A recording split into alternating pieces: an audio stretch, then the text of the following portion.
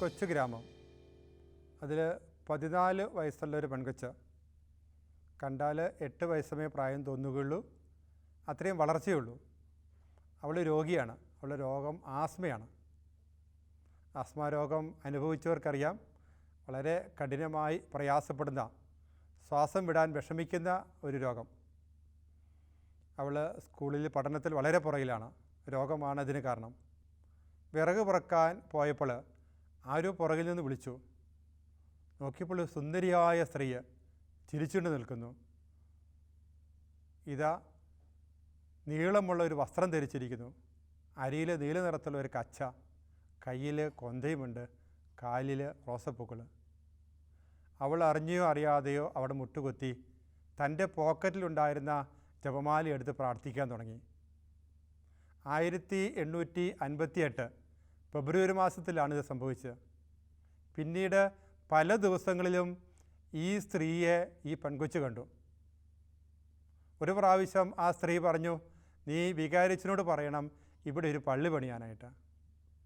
മറ്റൊരു പ്രാവശ്യം പറഞ്ഞു, പാപികൾക്ക് വേണ്ടി പ്രാർത്ഥിക്കാൻ പറഞ്ഞു. മറ്റൊരു പ്രാവശ്യം പറഞ്ഞു, ഞാൻ അമലോത്ഭയമാണെന്ന് പറഞ്ഞു. പിന്നീട് ഒരിക്കൽ ഈ സ്ത്രീ പറഞ്ഞു, ഇവിടെ ഒരു ഉറവയുണ്ടെന്ന്. ആ സ്ത്രീ എന്തെല്ലാം പറഞ്ഞു അതെല്ലാം അതേപടി അനുസരിച്ചു.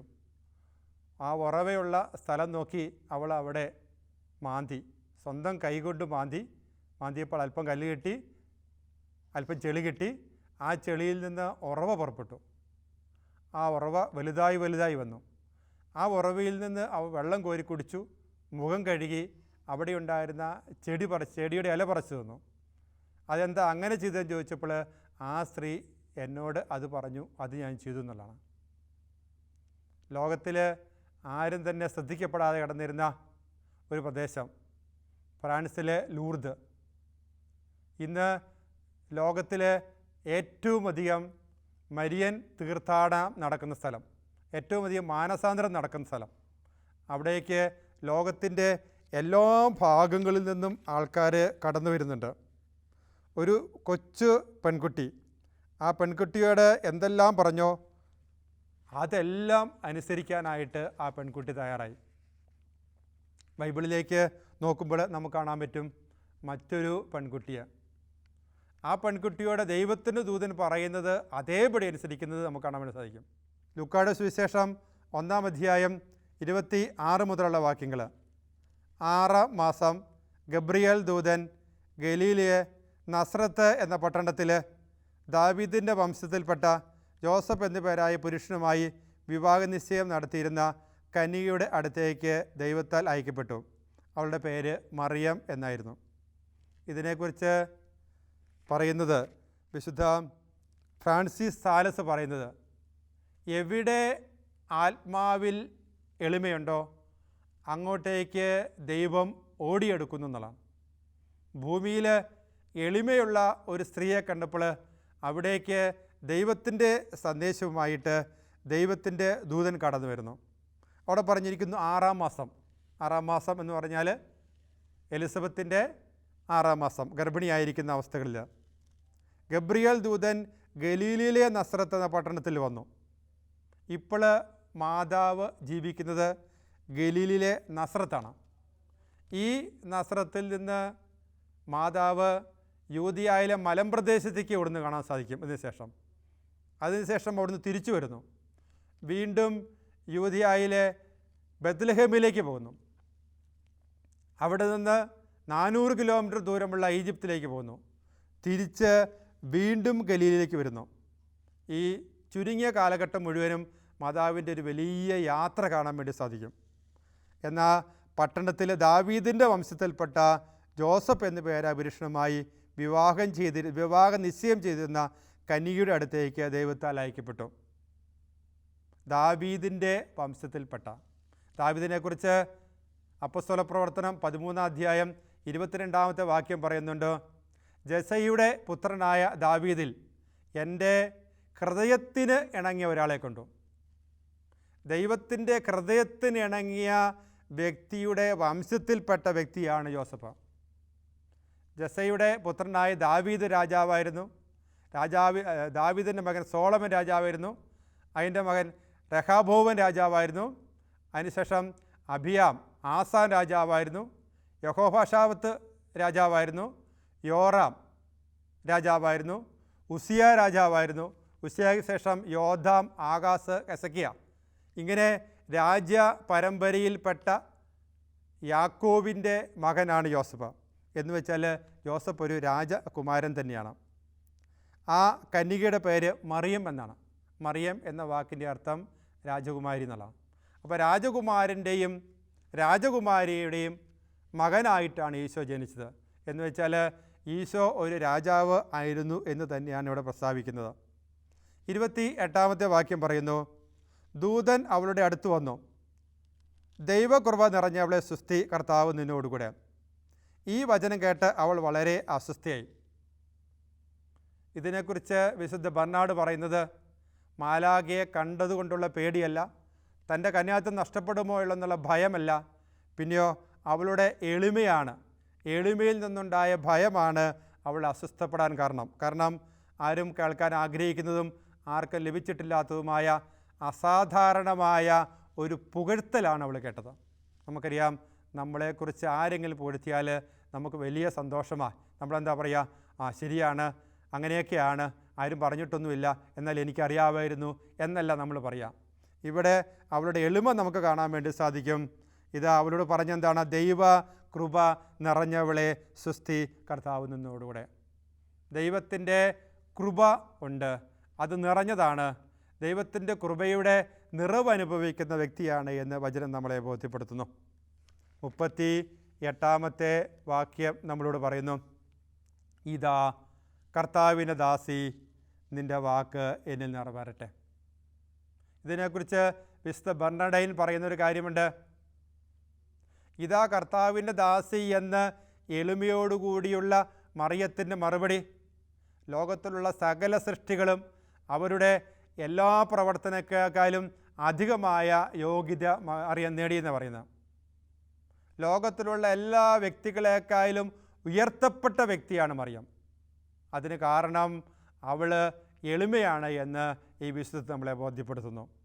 അപ്പോൾ എളിമയോടുകൂടി ദൈവസന്നിധി നിൽക്കുന്ന മറിയത്തിൻ്റെ അടുത്തേക്ക് ദൂതൻ വന്നപ്പോൾ ആ മറിയം പെട്ടെന്ന് തന്നെ മറുപടി കൊടുക്കുകയാണ്. കാലതാമസം കൂടാതെ മറുപടി കൊടുക്കുന്നു. തൻ്റെ ഭർത്താവാകാൻ പോകുന്ന യോസഫിനോട് ചോദിച്ചില്ല, മാതാപിതാക്കളോട് ചോദിച്ചില്ല, അവൾ അതിന് മറുപടി കൊടുക്കുകയാണ് ചെയ്തത്. അങ്ങനെ മറുപടി കൊടുക്കാൻ കാരണം ഈ ദൂതൻ പറഞ്ഞത് മുഴുവൻ അവൾ വിശ്വസിച്ചു. എന്തൊക്കെ കാര്യങ്ങൾ വിശ്വസിച്ചത്? 37-ാമത്തെ വാക്യം പറഞ്ഞിരിക്കുന്നു, ദൈവത്തിന് ഒന്നും അസാധ്യമല്ല. നമുക്ക് പഠിച്ചിരിക്കേണ്ട, ഓർത്തിരിക്കേണ്ട, ഇടയ്ക്കിടയ്ക്ക് പറഞ്ഞുകൊണ്ടിരിക്കേണ്ട ഒരു വചനമാണ് ദൈവത്തിന് ഒന്നും അസാധ്യമല്ല എന്നുള്ളത്. അത് അവൾ പൂർണ്ണമായി വിശ്വസിച്ചു. 36-ാമത്തെ വാക്യത്തിൽ പറയുന്നുണ്ട്, ഇതാ ചാർച്ചക്കാരി വൃദ്ധയായ എലിസബത്ത് ഒരു പുത്രനെ ഗർഭം ധരിച്ചിരിക്കുന്നു. വന്ധ്യ എന്ന് വിളിച്ചിരുന്ന ഇവൾക്ക് 6-ാം മാസമാണ്. അതിനെക്കുറിച്ച് യാതൊരു സംശയവും കൂടാതെ അവൾ വിശ്വസിക്കുകയത്. 35-ാമത്തെ വാക്യം പറയുന്നു, ദൂതൻ പറഞ്ഞു, പരിശുദ്ധാത്മാവ് നിൻ്റെ മേൽ വരും, അത്യുന്നതൻ്റെ ശക്തിയും എന്നതിനെ ആവശ്യിക്കും. ആകയാൽ ജനിക്കാനിരിക്കുന്ന ശിശു പരിശുദ്ധൻ, ദൈവപുത്രൻ എന്ന് വിളിക്കപ്പെടും. അതിനും യാതൊരു സംശയവും അവൾക്കുണ്ടായില്ല. പൂർണ്ണമായി വിശ്വസിച്ച് എളിമപ്പെട്ട് അപ്പോൾ തന്നെ മറുപടി കൊടുക്കുന്ന മാതാവിനെയാണ് നമുക്ക് കാണാൻ വേണ്ടി സാധിക്കുന്നത്.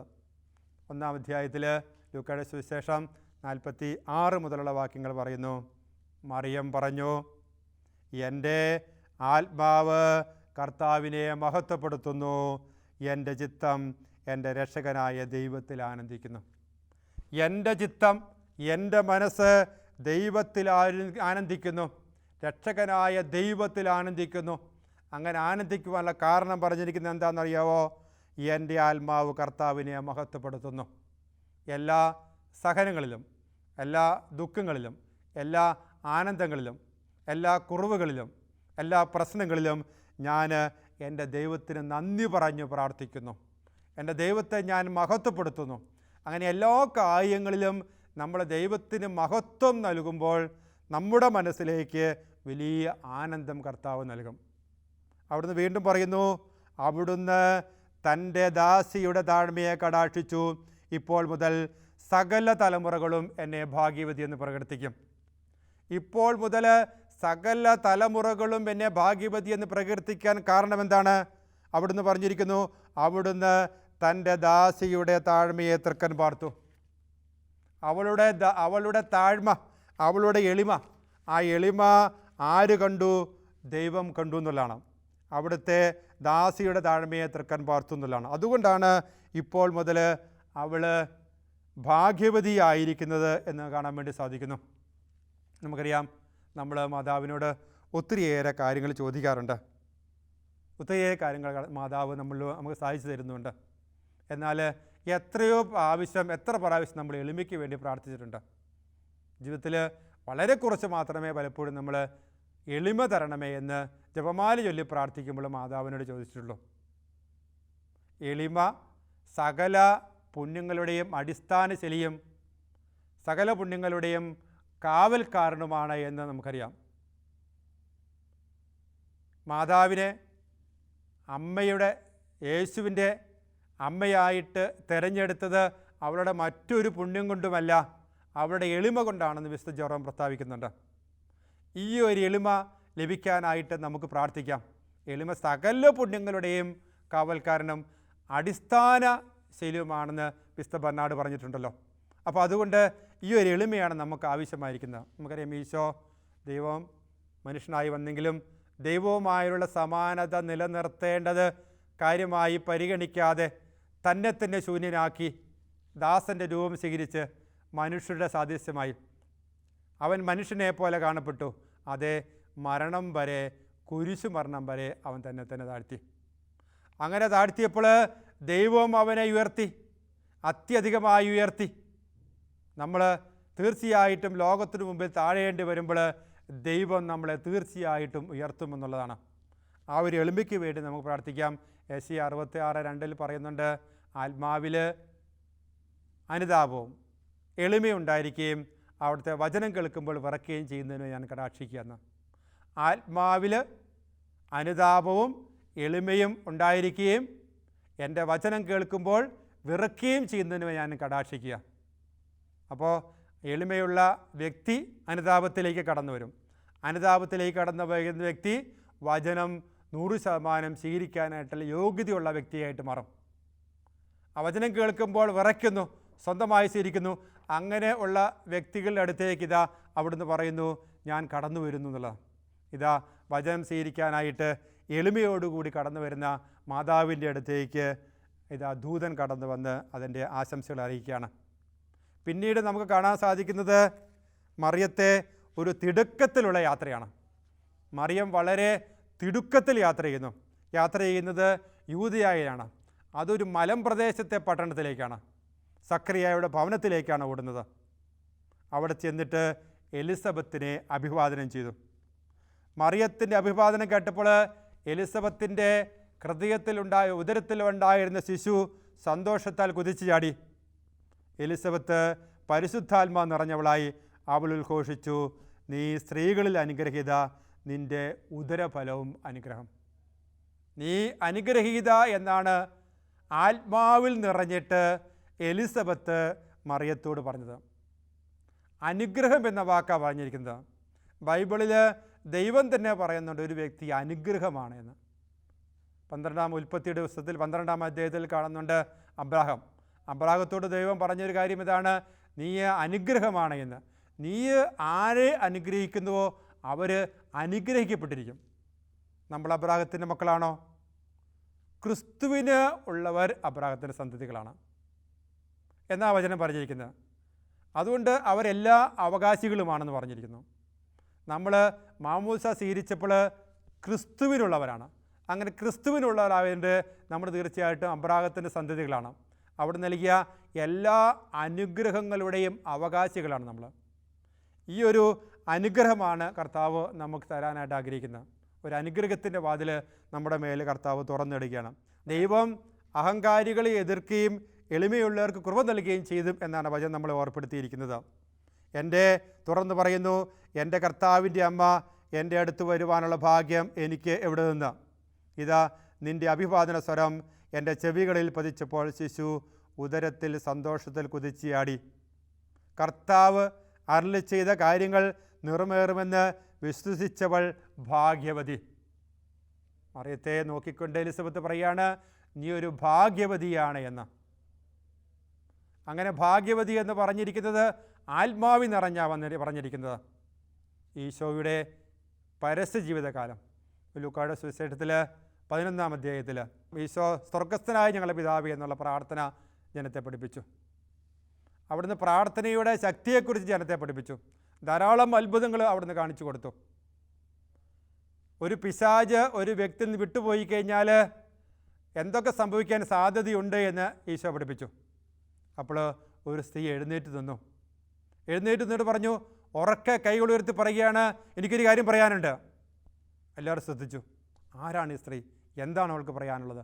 അവൾ പറഞ്ഞു, നിന്നെ വഹിച്ച ഉദരവും നിന്നെ പാലൂട്ടിയ മുലകളും ഭാഗ്യമുള്ളവ.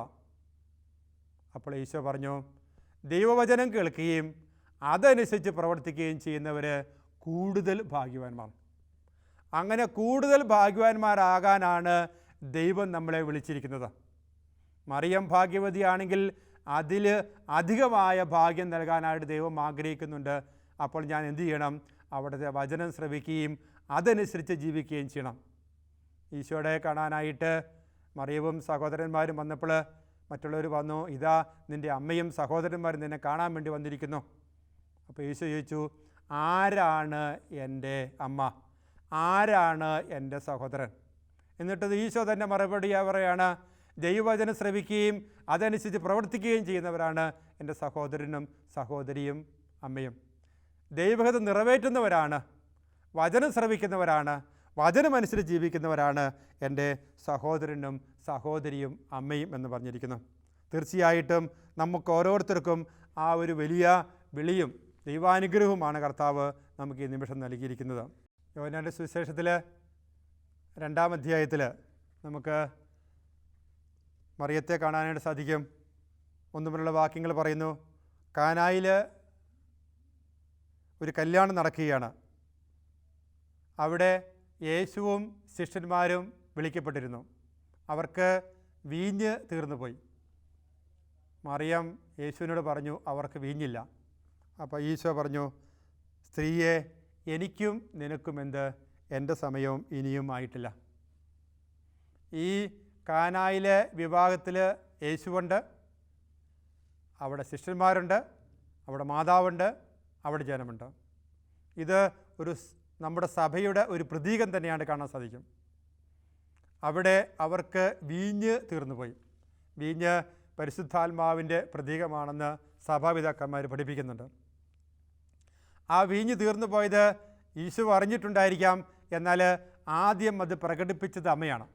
അമ്മ വന്ന് മകനോട് പറഞ്ഞു, അവർക്ക് വീഞ്ഞില്ല.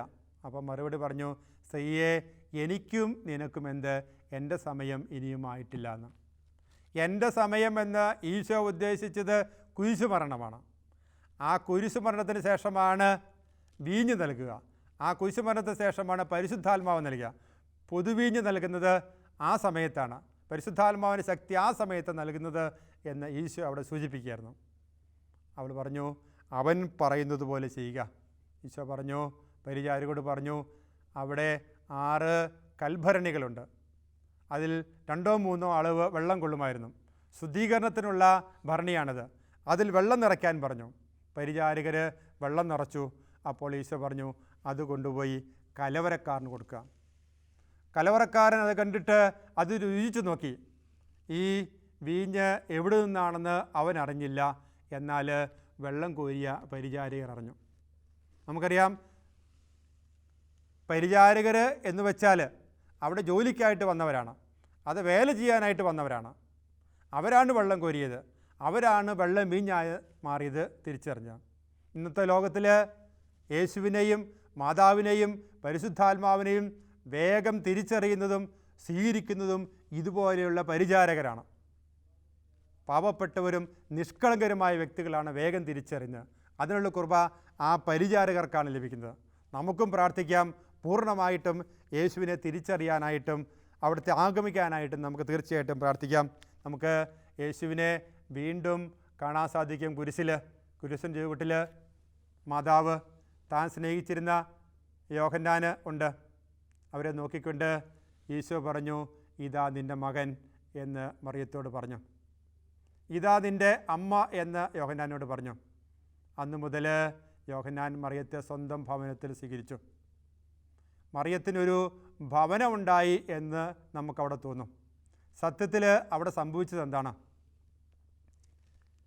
യേശു യോഹന്നാനെ മാതാവിനെ ഏൽപ്പിച്ചു കൊടുക്കുകയാണ് ചെയ്തത്.